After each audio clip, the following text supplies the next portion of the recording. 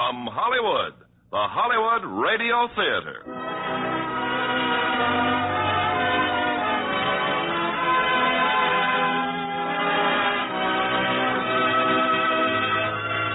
Starring Jane Wyman and Will Rogers, Jr. in the story of Will Rogers. Ladies and gentlemen, your producer, Mr. Irving Cummings.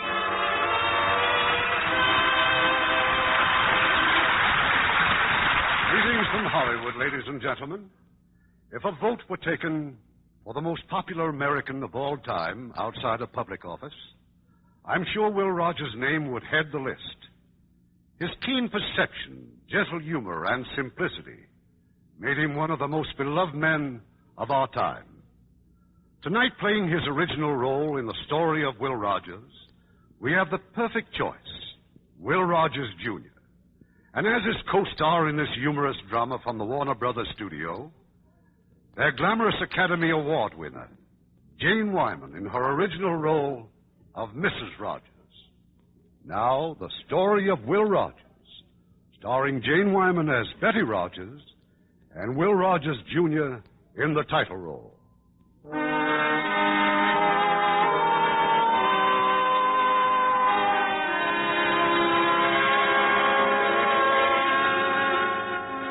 You'll find memorials to Will Rogers throughout the land, everlasting symbols of a nation's love and respect. Yet he did none of the things for which men are usually honored.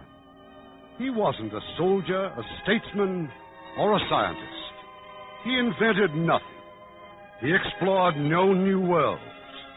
Why, then, is this man one of the great folk heroes of America? Maybe the answer is just as plain and simple as the man himself. And who could tell about him better than the woman who married him?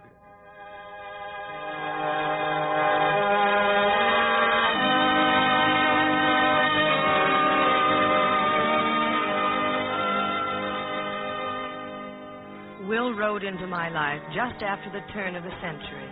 Oklahoma was still Indian territory, and Oologah one of the few cow towns that boasted a railroad. If it weren't for that railroad, I wouldn't have been there at all. My sister's husband, Dave, was a station master, and I'd come for a visit. I saw Will tie his horse outside the station, just another saddle-weary drifter, and then he wandered into the baggage room. Anybody here? Quit hiding, Dave. I ain't the railroad inspector. Yes? Oh, I beg your pardon, ma'am. I thought Dave was, he ain't been fired, has he? Oh, no. Mr. Marshall's on the committee for the Congress from Washington, and they're having a reception at the Rogers home. Now, if there's something I can do for you... Mean you're the baggage man? Well, is anything wrong with that? Not at all. It's kind of interesting. Only ain't exactly got the bill for it, ma'am. May I have your check, please? Thank you. Is it a trunk or a valise? Well, it's more like a carpet bag, ma'am. It's about so big, and it's, Can't I help you, ma'am? Oh, no. No, this is it right here. Sure is, ma'am. Only where's the banjo? The banjo? The banjo was tied here to the bag, ma'am. Why, it couldn't be here. I'd seen it.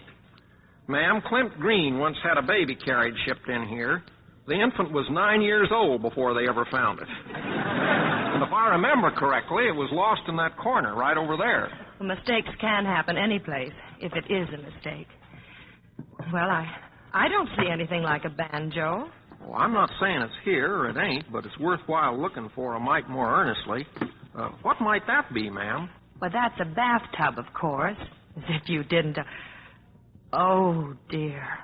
Here, let me help you. Well, if you could just raise it up a little higher, please. I can't imagine how a banjo got under the bathtub. Ain't no harm done except to the case. Bathtub seems to be in good shape, too. Well, I'm sorry about the case, but the railroad's responsible, so if you'll just fill out this claim That's sheet... all right, ma'am. I won't be needing the case. Don't aim to be traveling far anymore. Can you play the banjo? No. And if you'll excuse me, I have to go now. I didn't mean to keep you away from your work. Well, it really isn't work. I've been invited to the Rogers house for that party, and I'd... Oh, well, you go right ahead, ma'am. We can finish this conversation later. Oh, indeed? Oh, yes, ma'am. We sure will, ma'am.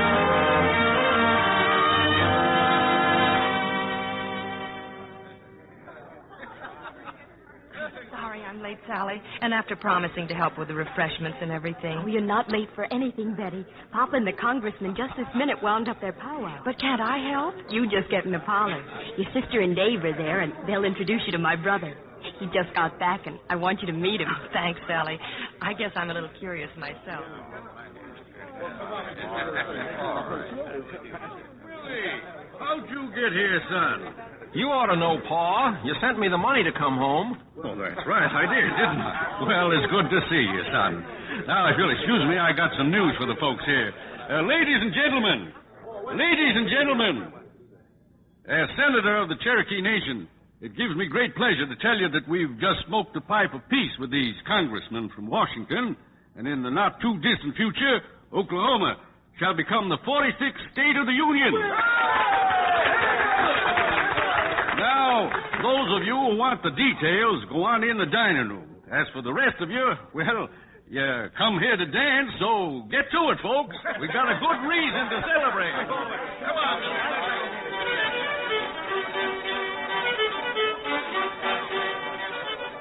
This is my sister, Will. Betty Blake. Betty, this is Will Rogers. Hello again, ma'am. Again? How do you do? Mr. Rogers, I think it was mean of you not to tell me who you were down at the station. Well, say, a name don't change anybody, ma'am. I don't want you to be fooled by my name. I may be Clem Rogers' son, but the similarity stops right there. Now, for instance, you see how good Pa cuts a caper? Well... You come dance with me, and I'll show you the difference. I may not be able to put one foot in front of the other, but I try awful hard. Will you? Well, thank you. I think I'd like to.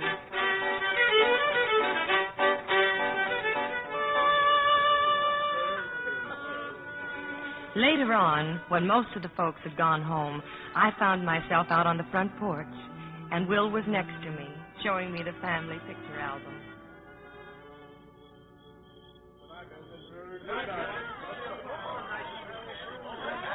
And this one here, that's Ma and Pa when they were married. Ma died when I was 10. She was part Cherokee, too, so I get it from both sides. And, who's this little boy? Well, that's me. All of these are me. Each one was taken when I started a new school. You must have run out of schools early. No, ma'am. Those schools, they kept cropping up like mushrooms. Became a case of Pa and me out stubborning each other. This one here is Pa's last fling, Kemper Military Academy. I was there for 2 years, one in the guardhouse and one in the 4th grade. Mr. Rogers, now that you're home again, well, what is it you want to do? Well, that's what Pa and I have been debating about a long time. Maybe if we got together, we ought to make a man out of me. Why don't you try it? Come on, Betty. I promised Mrs. Petros we'd be home early. She's taking care of the baby for me. Say, tell me something, Cora. Isn't it going to be kind of hard on you? I mean, raising a wild kid and helping Dave with the station work at the same time? Oh, it sure will. That's why I'm trying to make Betty stay. There's no earthly reason why she should go back to Arkansas. Mind if I help out along those lines? Why, not at all. Do your darndest. Oh, Cora, for heaven's sake. Oh, shush. Now help me find Dave, honey, and let's get on home. That you out there, Will? Be right in, Pa. Good night, Miss Blake. Good night, Mr. Rogers.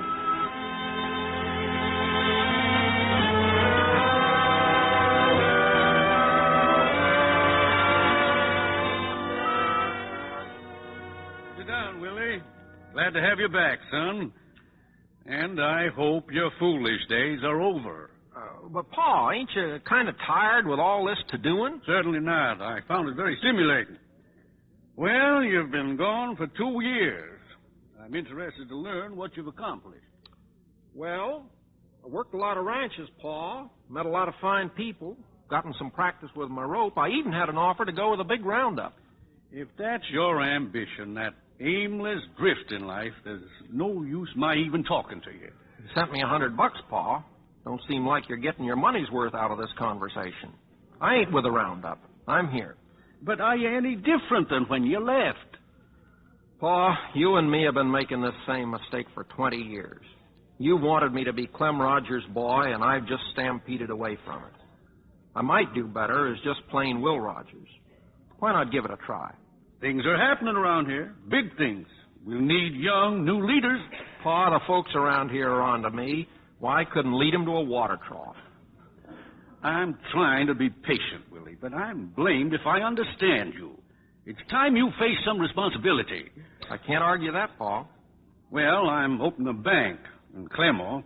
Between that and our coming statehood, I'll have little time for this ranch. Well, I'm turning it over to you. Run it your own way, but remember, ranching's a business, and the minute anything goes wrong... Are you threatening me or hiring me? I'm hiring you, son. Thank you, Pa. I'm obliged.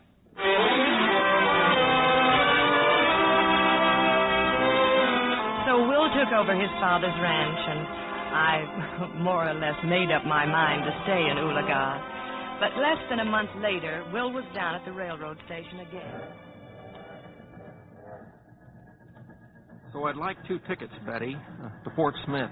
2? Me and Dusty here. Howdy, miss. Dusty. 2 round trips will be $9.80. One way will do. Will. Yeah, it's me and Pa again. Anyways, from Fort Smith, me and Dusty are heading down Texas way. So you're just going to run away again, hmm?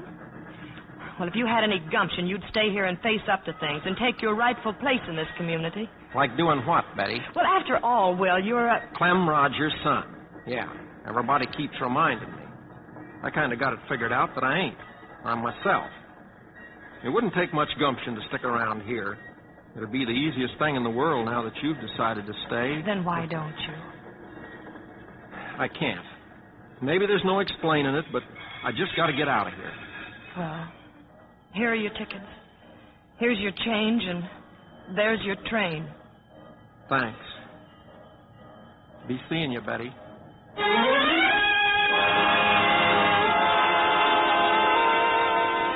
Be seeing you, I was to learn, was a favorite expression of Will's, and his favorite form of correspondence I soon discovered was an occasional postcard.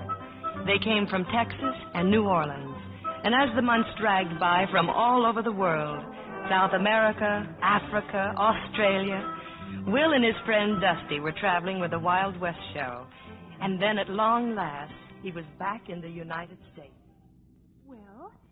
Well, where is he now? He says here that he and Dusty have just landed in San Francisco. Another postcard. But look what he says, Cora. Heading for the fair in St. Louis.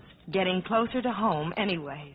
The St. Louis fair. Well? But that's where Sally and Tom are going. Will's own sister on their honeymoon. Oh, I know. But you could go with them. Well, at least you could meet them there, and then you could... I know I could. And I'm going to.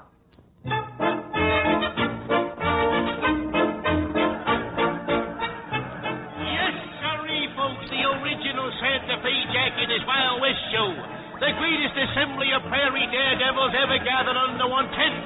You'll see Honey Girl Kate, you'll see Chief Big Horse of the Untamed Apaches, and the one and only Cherokee Kid, the foremost roping artist in the world, fresh from triumphs before the crowned heads of Europe, Asia, and the Greater Antilles.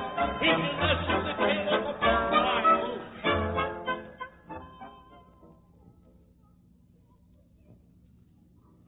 Yes, Will Rogers was now the Cherokee Kid. I couldn't help laughing. Oh, but the people didn't laugh when they saw Will perform. They thought he was wonderful. And I did, too. Or maybe I was just so glad to see him again. Surprising me like this? Why, when I saw you and Sally and Tom sitting there in the stands, I like to went through the floor of that arena. At least I wanted to. Oh, Will, but why? Well, in that costume and the name they pinned on me, I never felt so silly in my life. Oh, but you're good, Will. You're very good. Are you hungry, Betty? Or would you rather just walk? Whatever you'd like, Will. Well, seeing you, I'm kind of weak. But let's walk for a little, huh? What about Sally and Tom? Oh, they deserted me. Good for them. Say, which of them did Pa finally use the shotgun on? Both, I guess. Oh, he gave them such a beautiful wedding. How is Pa, anyway? He's fine. He used to come down to the station, Will, just to read your postcards. He said he'd rather know the worst than not keep track of you at all. You know, when I was in all them foreign countries eating their food, I used to think about these Oklahoma black-eyed peas all the time. Is that all you thought about? Listen, Betty, for almost 2 years I've been thinking about you every minute. You have? Darn right I have. I thought about you, too. Betty? Yes, Will. What would happen if I was to quit gallivanting around and come back to Oologah to settle down? What would you like to have happen? Well, I haven't any money. Oh, that isn't important. I love you, Betty. Ever since I first saw you, I haven't had... I always say ain't, Will. I ain't been able to think straight about nothing except that I love you. Is that important? Oh, it's awfully important. Then you'll marry me? Yes, Will. Golly Moses, I feel like hollering. Well, why don't you? Yahoo! Yahoo!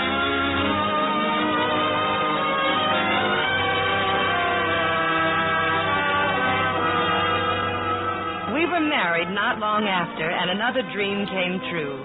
We were on a train bound for a honeymoon in Niagara Falls.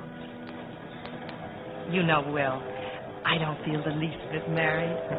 Well, it's all right, honey. It's legal, even if it ain't logical. You still haven't told me, Will. Told you what? Where's it all coming from? The money for this honeymoon at Niagara Falls. It must be very expensive. Well, now, honey, this ain't no time for a business conference. If you'll excuse me, I think I'll go for a smoke. Why, I didn't know you smoked. Well, once in every man's life, there comes a time when he goes for a smoke.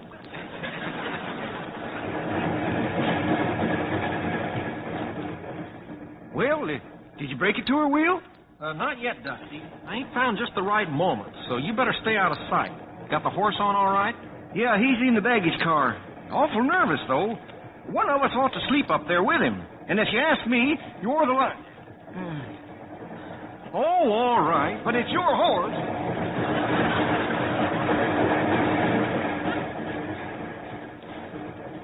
Sorry it took so long, honey. Somebody must have sewed up the sleeves of this nightshirt. Somebody like Dusty?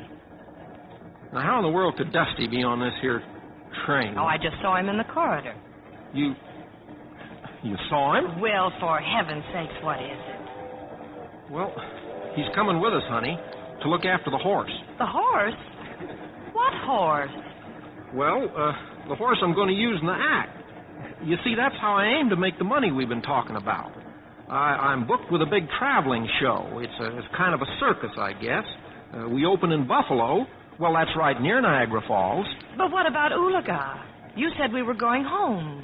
We will, honey, at the end of the season, when we've saved up enough money to do it in style. We finish in New York, Madison Square Garden. But why didn't you tell me, Will? Well, I was kind of waiting for the right minute, like now. I'm telling you now. Of course, if you don't want me to... Oh, I should have told you, honey, but I just couldn't go creeping home to Pa broke again. But it's all right, Will. Everything's all right. But you mustn't ever be afraid to tell me anything. I'm your wife. And wherever you think you have to go, then I'll follow. Even if I'm following the train seals? Even then. Thanks, honey.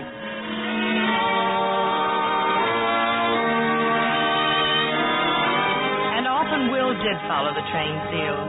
But no bride ever had a more wonderful honeymoon. I think the others enjoyed it, too. Will and Dusty and the horse. But we didn't go back to Oologah after Madison Square Garden. No, fate had something waiting for us there. Something that changed the course of both of our lives considerably.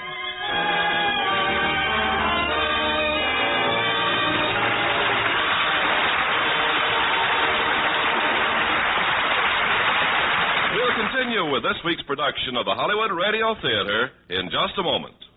Make a friend, and you make an ally. There's a thought for you to keep in mind, as many another American has. G.J. Watamool, a naturalized United States citizen, has done much to bring the fruits of democracy to his native country, India. As one of Hawaii's most successful merchants, Watamool, with his American wife, established the Watamool Foundation over 15 years ago to bring Indian students to America.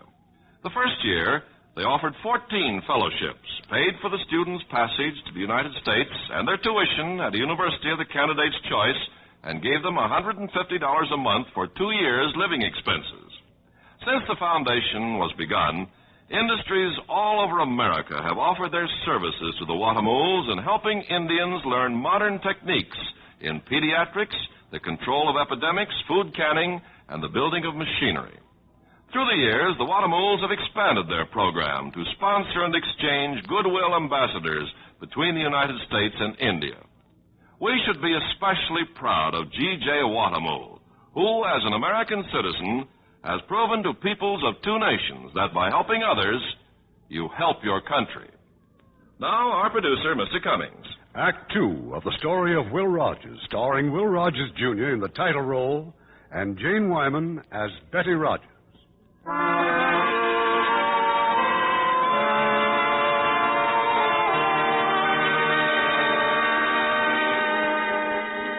Will had said that we'd finish in New York at Madison Square Garden, which we did. He also said that we'd go straight back to Oolaga, which we did not. On the final night of the show, something happened that wasn't scheduled on the printed program. A steer went wild. He broke out of the chute, charged across the ring, and lunged for the crowd. But in a matter of seconds, Will had galloped after him, roped and dragged the animal back to the ring. Later, while we were walking back home to the boarding house. You know, I don't know just how to figure things. Here I've been roping night after night. I rope 6 horses all in a bunch, and nobody pays any attention to me. I rope one scared old steer, and everybody gets all excited. Everybody else just stood around watching. You were brave and resourceful, and, well, my goodness, those newspaper reporters didn't interview you for doing nothing, you know. Well, honey, it was a good way to finish, I guess. Hard to believe it's all over, isn't it? I've loved every minute of it, darling. We've been together, and we've made enough money to buy us a nice piece of land back home. Yeah, but I'd like to have made enough to stock it, honey, you know, so we could be independent when we get back there. Well, all you have to do is collect the money you've been loaning to all your friends, and they'll pay it back, honey, just as soon as they can. You feel like eating before we get back to the rooming house? Oh, we might as well go straight home, Will. I've got some chili up there. Never knew you were so crazy about chili before. Well, I get all sorts of funny cravings these days. Do you remember telling me there comes a time in every man's life when he has to go for a smoke? Now, don't tell me you're getting a craving for cigars. Betty, now correct me if I'm wrong. Well, of course you're not silly. You're going to be a father, that's all. That's all? Oh, my goodness. Now I am glad we're going back to Oolaga. Well, you mean you weren't before? Well, sure I was. I just mean this puts the cincher on it. Gosh, honey, you know, I feel like hollering again. Well, I don't think I'd advise that here in New York. Let's get to home quick where I can kiss you. Well, I don't think you have to wait that long, even in New York. You know, I'm going right down and get us 3 tickets for Oolaga. But it'll be a long time yet before we're 3. I ain't taking no chances.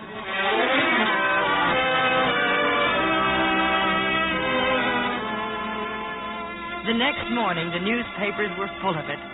No, not about the baby, but all about Will and how he'd stopped a panic when he roped that loco steer.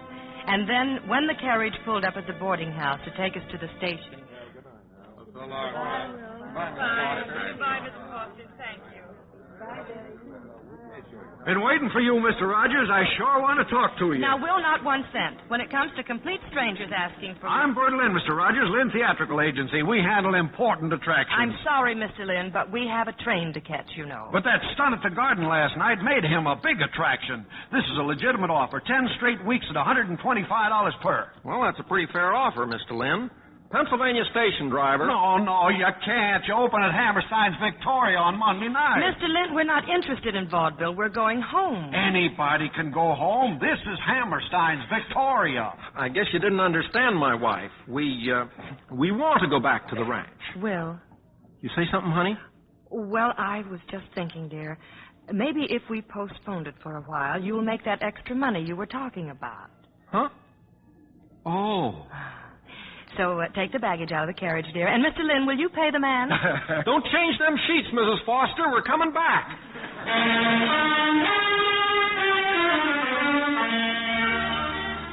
So Will played Hammerstein's Victoria. But this was a brand new audience, and they just weren't impressed.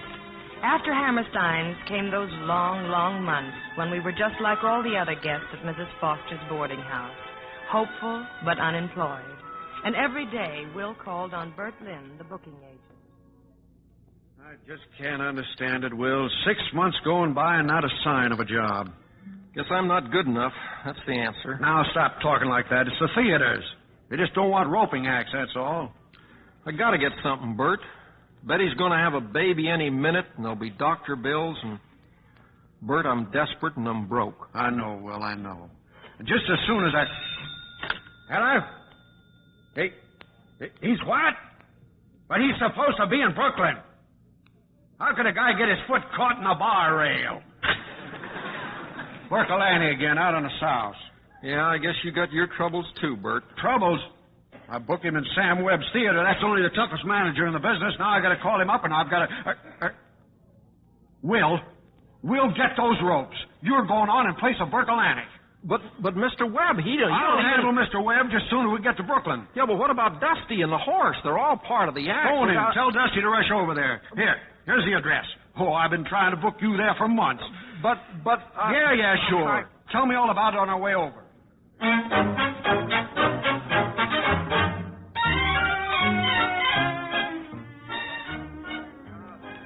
I can't do it, Bert. I just can't. I telephoned the boarding house. It's Betty. Well, they've sent for the doctor. But will you go on in 3 minutes? Besides, what could you do at the boarding house? Nothing, maybe. But I just can't let her be there alone. Look, I'll call him back. I'll stay right here on the telephone. I'll let you know the minute something happens. I can't do it, Bert. Besides, there's Dusty and the horse and no sign of him here then yet. Just go out there and give him 6 minutes with your ropes. Think of your room rent. Think of your doctor bills. Go on. You can do it. Well, don't leave that phone. Yeah. Now, pick up your ropes and get out.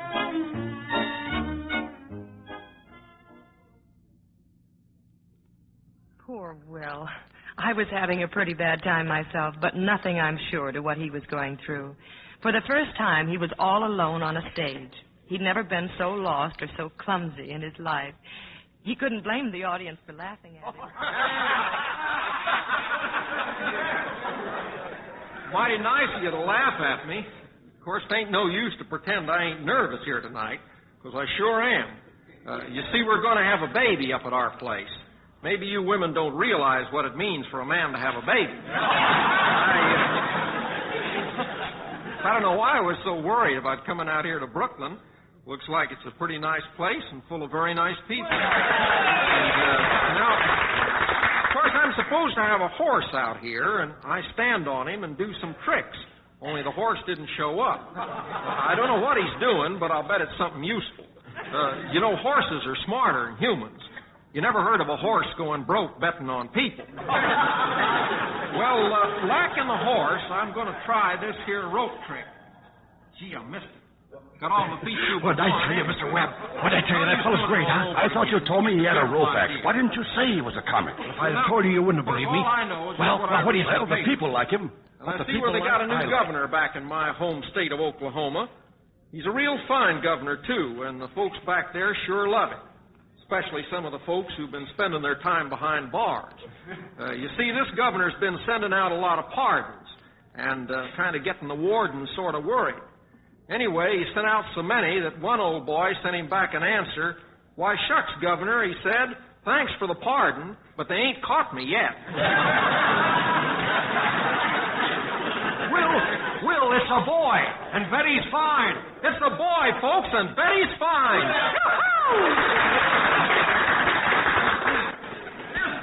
Got here, Mr. Lynn. Me and the horse, we just got here. He don't need the horse, Dusty. Will don't need nothing. He just talked himself into a brand new career.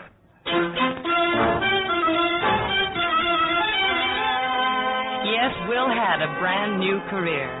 He just went out on the stage and kept talking, never knowing what he was going to say until he said it, and always surprised at the success it brought him. In a few years, Will was a headliner, a star. And what people seemed to love most was to hear Will talking about politics and Congress. And then one day, the United States Secret Service ordered him to Washington, the request of President Wilson. I know I've said a lot of things about Washington, Mr. President. If I've offended you in any way, I'm sorry. I didn't ask you here to censor you, Mr. Rogers. For a long time, I wanted to thank you for your war work and everything else. That's mighty nice of you, Mr. President. And to be perfectly honest, I've always wanted to see the master of the verb ain't. I've heard you've had several offers to write. How is it I've never seen you in print? Why, Mr. President, as an ex-college professor, you ought to know that I can't put two words together without making them come out wrong. That may be, but from the quotes I've heard, your meanings come out pretty right. Mr. Rogers, Will, if I may. Now I feel like I can cross my legs. You say for people the things they'd like to say but can't quite express. And in helping them think things through, you're also making them laugh. That's a rare gift. That's why I think you should write as well as speak. Whether you like it or not, Will, you've become a voice from the heart of the people. Our country wants to hear it more often.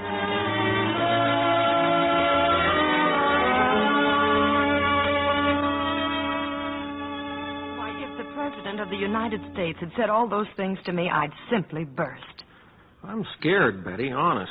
When they start taking me serious, that scares me. Well, it's just because it's something new.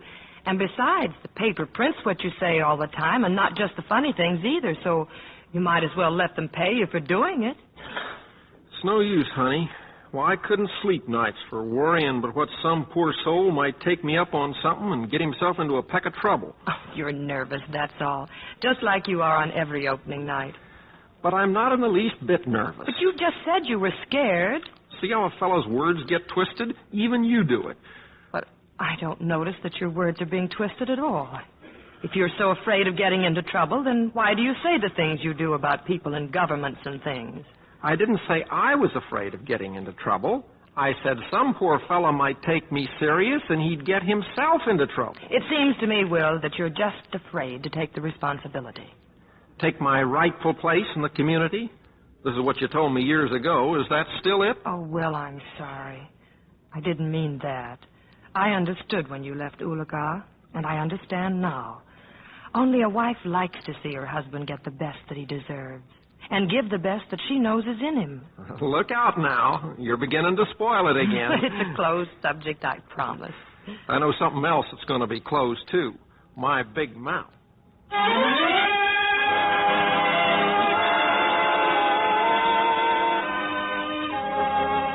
Will found a fine way to keep his mouth closed. He deserted Broadway for Hollywood's silver screen, which in those days was utterly silent. We bought a ranch in Santa Monica, and Will settled down to making movies. Well, one day, while they were shooting a scene out of doors, something happened that disturbed the producers considerably. Great. Landing his airplane right in range of our cameras. Harry! Go tell that bonehead he just cost us a barrel of money. Who is that spendthrift, Tom? Oh, some half-wit aviator they hired to fly the film to the laboratory. One of your Oklahoma boys, hard Indian. You and that fool plane! You're costing us a young fortune! What's your name, son? Me? Wiley Post. Hello, Mr. Bradley. Don't you hello me. Us Cherokees are a long way from home, aren't we? Oh, we sure are, mister. Say, what's the matter with that kite of yours, anyway? Oh, you mean all that smoke it was making? Well, the engine needs a complete overhaul. Costs a lot of money, though. Seems to me, Tom, like the company might be saving itself some money if we got it fixed up for him. Well, maybe so. If we don't break the company first trying to get this scene shot. All right, Harry, let's try it again. Don't go away, Oklahoma. I want to have a talk with you. That was Will's first meeting with Wiley Post, the flyer. You see, Will was interested in aviation, too, especially in General Billy Mitchell and his theories that bombing planes could sink battleships. But just about that time, we had a visitor from Oklahoma, Will's father. Well, Willie, pretty fair ranch you got here. How many head of cattle you run? Don't run none exactly, Pa. You see, here in California, they call everything a ranch, no matter what you use it for.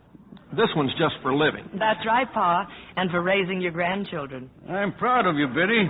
You produced 3 mighty fine offspring. Well, they had a father, too, you know. That's the only thing about them that worries me. To tell you the truth, Pa, it worries me a little, too. Will, where's all this getting you? You've been making big money for years now. You saved any of it? Oh, some, Pa, I guess. Well, forgetting what you've given away, Just what are your assets? Huh? Assets? Well, what are you worth? Well, I don't rightly know offhand. Pa, I think you got this whole thing figured out a little bit wrong.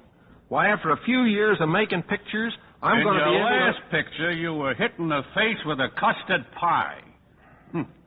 That's something to be remembered for. Anybody home? Oh, Wiley. Hello, Wiley. Sure glad you dropped in. You see the paper tonight? Ain't had time for reading. Been having a business conference with Pa. Pa, this is Wiley Post from Chickasha. I'm glad to see you, Mr. Rogers. Look, Will, the high brass has ordered General Mitchell to quit making speeches. Here's a man who's only trying to tell his own country that bows and arrows are out of date, and they won't even let him say it. He's already said it, Wiley. And when he sunk that old battleship with bombs from airplanes, he proved it, too. The country ain't going off to sleep with that on its mind. There'll be plenty of squawking. Who's going to do it? Fellows like you, fellows who know about planes, and anybody else that ain't asleep on their feet. They'd listen to you, Will. It's your beef, too. It's everybody's. No, I quit popping off that way a long time ago. No, I got too many responsibilities now to go looking for trouble. Besides, I got Betty and the kids to think about. I never heard such nonsense in my life. You'll have some coffee with us, won't you, Wiley? Oh, thanks, Betty. I can't. Some of the boys are having a meeting. Oh, so long, Will. Glad to meet you, Mr. Rogers. Goodbye. Be seeing you, Wiley. I'm sorry you couldn't convince him, Wiley. Thanks for the helping hand all the same. Chickasha, huh? Yeah. That boy's a great flyer, Pa. Lost his eye working in the Texas oil fields. Couldn't even get a flying license at first. Now everybody's looking for one-eyed pilots.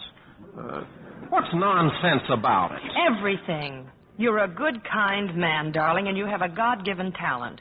Now, even if you haven't the courage to use it, that's up to you. But don't blame it on me and the children. Willie, you remind me of a fella. There's one in every little town.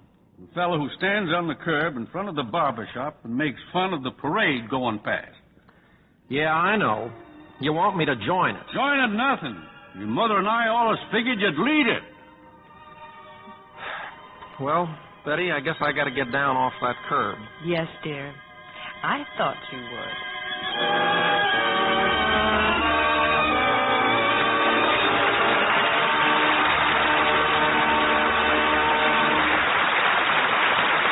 In a few moments, we'll continue with Act 3 of the story of Will Rogers.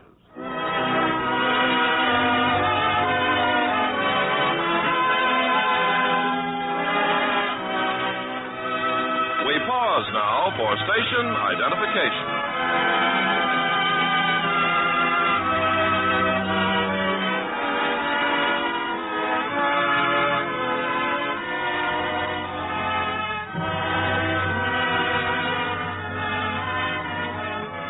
The curtain rises on Act 3 of the story of Will Rogers, starring Jane Wyman as Betty Rogers and Will Rogers, Jr. in the title role.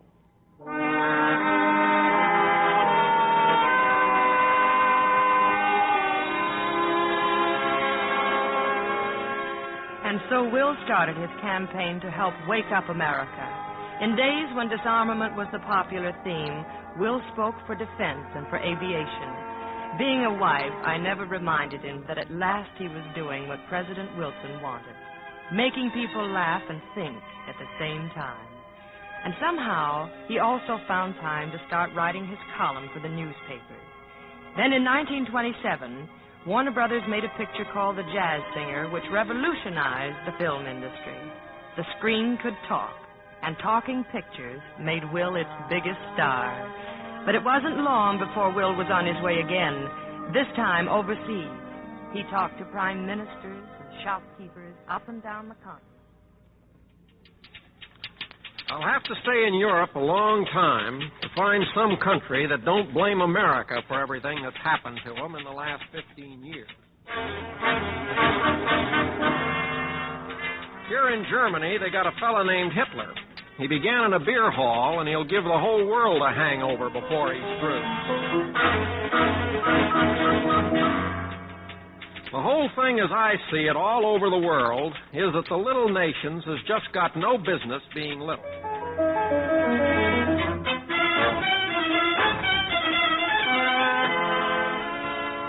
Home in the fall of 1929, just in time for the Wall Street crash.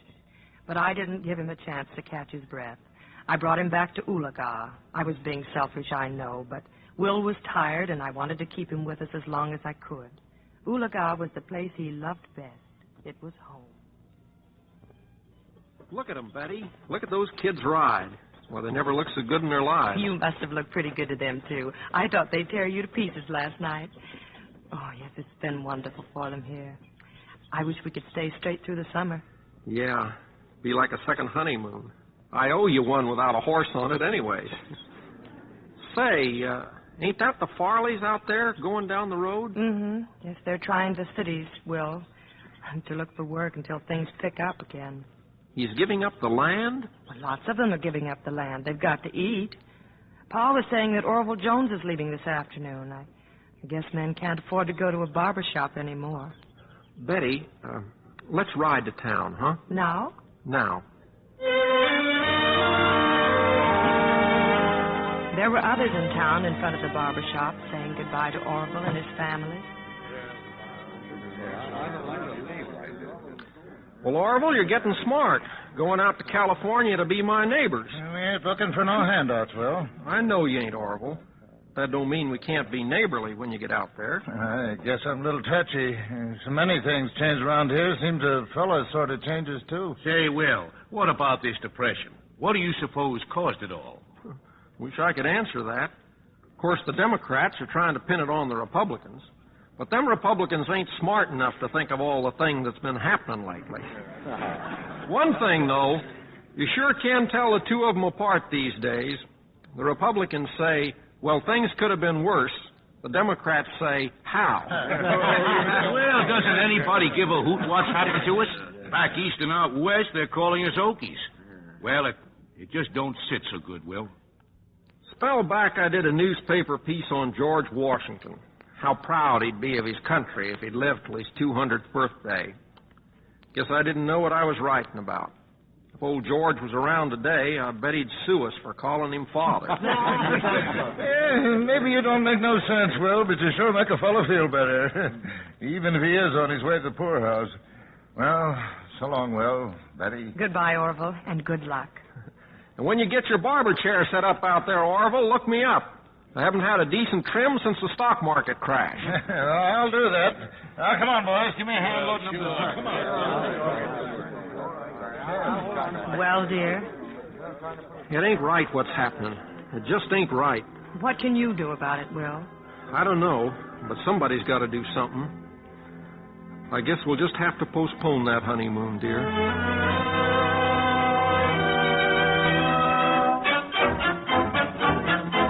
Will left Ulaga, and some weeks later, the first of several huge benefit shows was produced at the Ziegfeld Theater in New York. Yes, Will was on the move once again, raising money and pleading with people not to sell their country short, then rushing back to the plane so Wiley Post could fly him to the next town. It went on for 151 days and nights, and one night in San Francisco, I surprised him. Betty, but how in the world did you find me? By trying every hotel in town. Will, why aren't you in bed? The rally wasn't over till long past midnight, and I got to meet Wiley at the airport at 4 o'clock. It just didn't seem worthwhile messing up the sheets. But you can't keep driving yourself like this. You're not a boy anymore. Why do you have to leave at 4 o'clock? Well, we're having a big breakfast get-together in Denver. All the big moguls going to be there. Say, what are you doing, honey? You're going to bed. But I just told you I got to... You have to be in Denver for breakfast, I know. Well, I'll call the committee and tell them that they can have a luncheon instead. I'm sure they'd rather have you there alive instead of half dead. Well, I guess I am a little weary. Oh, you're such a fool, dear. Oh, maybe I'm the fool, worrying about you so much. You know what, honey? If it hadn't been for you, I'd be scattered all over the prairie someplace. Never amounted to a hill of beans. Somehow you always manage to piece me together again. Oh, don't be silly. I just want you to keep your health, that's all. You know, I don't think you realize all the wonderful things you're doing. It's not just the money you're raising. You're giving people back something they've lost. It's kind of a courage and morale and hope all rolled into one. People are beginning to laugh at themselves again. Maybe that's it. But whatever it is, you're doing it. And if you're... Will? You sleep, darling? Huh? Huh? Oh, now, if that ain't just exactly like a woman. A minute ago, you bawled me out for not being asleep. Well, not in the chair, dear. Now get undressed. Yes? Sorry, Mr. Rogers. It's not permitted to have a lady in the room. Hotel rules, you know. But this ain't no lady. This is my wife. I'm terribly sorry. Mrs. Rogers, please, I hope you don't think Now, that don't spoil it by apologizing. I've never been so flattered in my whole life.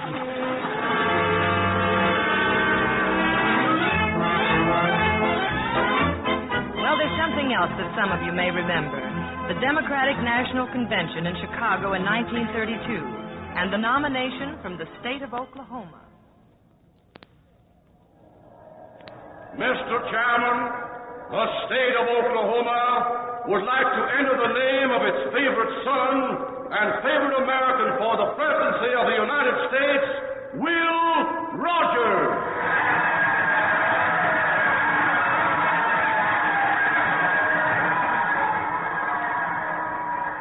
For once in my life, I'm kind of stuck for something to say.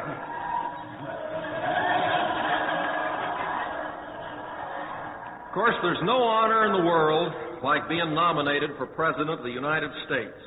Even if this is just a favorite son nomination, and even if my being up here is just sort of a joke, I couldn't be prouder. It's been my lot in life to play the fool and to make people laugh. I've kidded an awful lot of big men, but I've had mighty few complaints. I guess that's the sign of a big man. I've tried living my life so that whenever I quit, I'm ahead. I've been an awful lucky fella. I've been all over the world. I've met kings and rickshaw boys, senators and farmers, more people than most people would meet in 10 lifetimes. And I never met a man I didn't like. I'd like to thank the delegates from Oklahoma. The two finest things that can happen to a man is to have a good wife and to know he's been accepted by the people he comes from, and it looks like both of them have happened to me.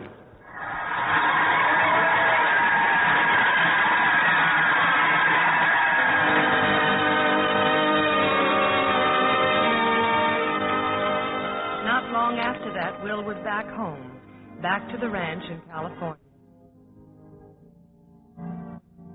You know, honey, I used to regret that we didn't live 30 or 40 years earlier in the old Indian territory where we met, but now I know it ain't true.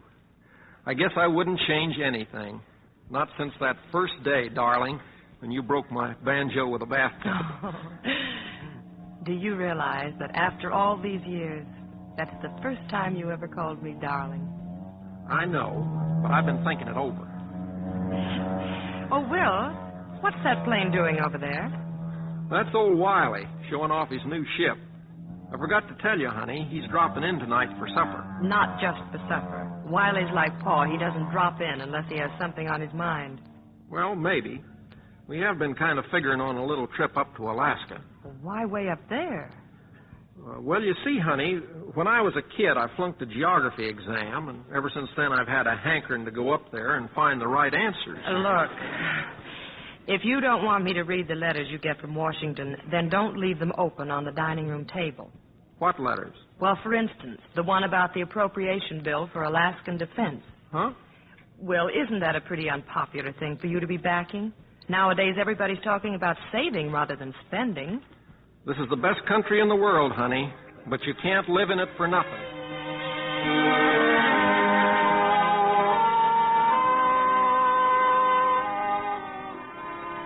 And so Will and Wiley Post went to Alaska.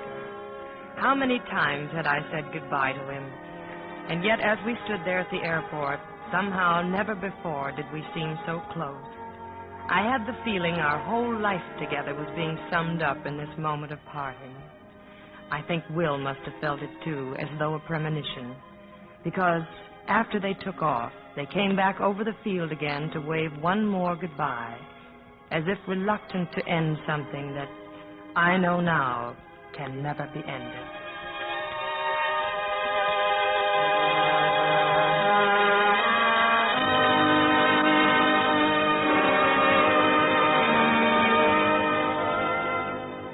Will Rogers never came back from that flight. And yet, in a sense, he never left us. There's a statue of Will Rogers at the Memorial Museum in Claremore, Oklahoma. It says, Will Rogers, 1879, 1935. And the simple legend, I never met a man I didn't like.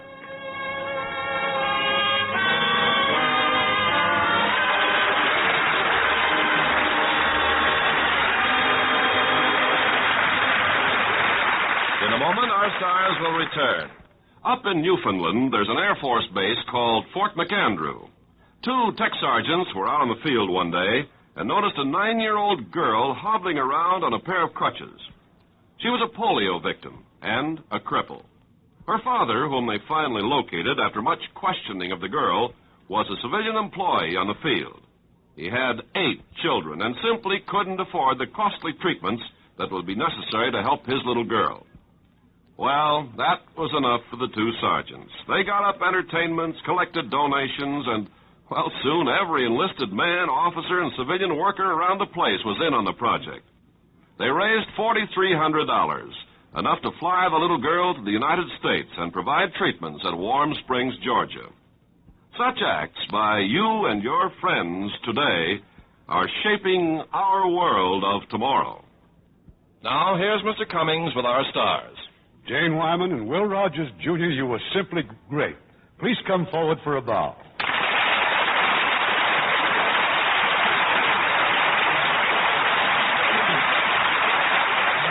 Well, I never dreamed when your father and I were at the Fox Studios years ago that you and I would appear together on a radio program. Did you direct some of Dad's pictures? No, he was king on the lot then, but I directed The Little Princess, Shirley Temple. Well, I should think you'd know all these things, Will. All I know is what I read in the papers.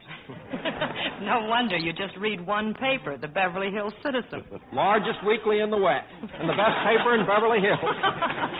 Stop, you're killing me. It's the only paper in Beverly Hills. And still the best. And if you'll read it... If you read it, you'd know Stop, You're Killing Me is Warner Brothers' latest picture starring Broderick Crawford and Claire Trevor. Plug. And if everybody read it, they'd know that Will is the publisher, and that he was only persuaded to act because he's so like his father. You know, Will, I once asked your father why he never kissed his leading lady in pictures, and he said because he saved his kisses for your mother. That's right. But he'd had a hard time resisting Janie here. You kissed Janie in the picture. Yes, but when I did that, I figured it was like I was kissing my mother. I mean, it was like my father kissing my mother. Oh, what's playing here next week? A taut, suspenseful story that will keep you right on the edge of your seat. Because it's that exciting Paramount picture, Appointment with Danger. And as our stars, one of your outstanding favorites, William Holden. And one of our most charming young actresses, Colleen Gray. We'll be listening, Irving. Good night. Good night, and all our stars.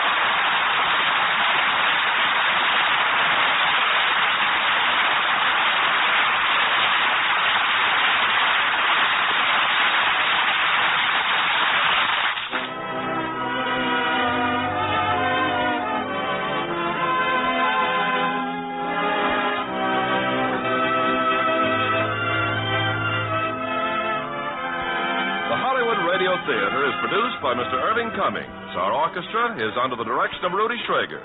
This is Ken Carpenter inviting you to join us next week at this same time for another presentation of the Hollywood Radio Theater.